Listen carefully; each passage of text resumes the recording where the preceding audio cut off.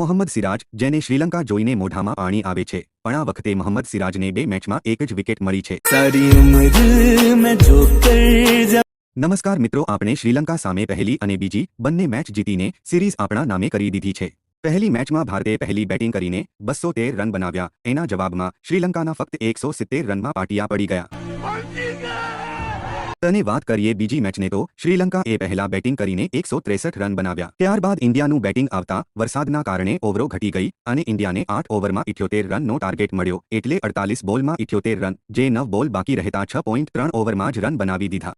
સિરીઝની પહેલી 2 મેચમાં એ તો ખબર પડી ગઈ કે શ્રીલંકાનું બેટિંગ લાઇન ટોપ 3 પર નિર્ભર છે. એમના ઉપરના 3 બેટ્સમેન રમશે તો શ્રીલંકાના રન થશે.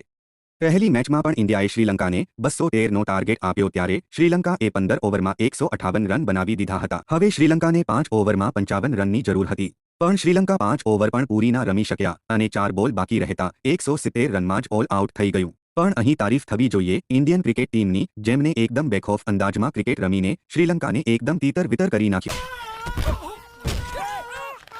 વાત કરીએ ઓપનિંગમાં જયસ્વાલ અને ગિલ, કે ત્રીજા નંબર પર સૂર્યકુમાર યાદવ, કે પછી રિષભ પંત, બધાએ પોતપોતાનું બરાબર યોગદાન આપીને સારું બેટિંગ કર્યું છે.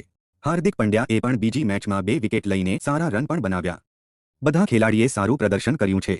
પણ મોહમ્મદ સિરાજ, જેને શ્રીલંકા જોઈને મોઢામાં પાણી આવે છે, પણ આ વખતે મોહમ્મદ સિરાજને 2 મેચમાં એક જ વિકેટ મળી છે. જેવી આશા હતી એવું પ્રદર્શન સિરાજ તરફથી જોવા મળ્યું નથી. હવે વાત કરીએ ગૌતમ ગંભીરનો માસ્ટર સ્ટ્રોક. આ સિરીઝમાં ભારતની મુખ્ય રણનીતિ એ છે કે વધારે ઓલરાઉન્ડર અને બેટિંગ પર ધ્યાન આપવામાં આવશે.